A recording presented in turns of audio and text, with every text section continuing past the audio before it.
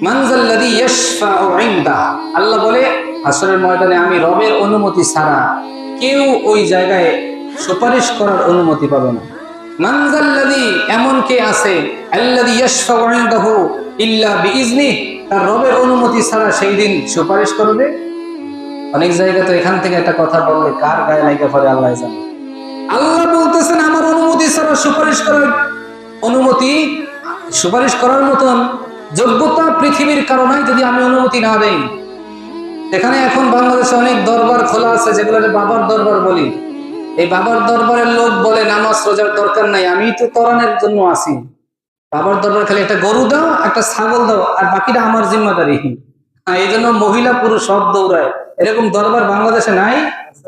চিন্তা করেন আল্লাহর কোরআনের ডাইরেক্ট বিরুদ্ধে। আপনি যত বুঝান তাদেরকে, ওর বুঝেই ওর বুঝ, আপনার বুঝ জীবনে নিত না উনি। এমন এক বান্দার বান্দি তৈরি হয়েছে দুনিয়া। আল্লাহ মাফ করেন।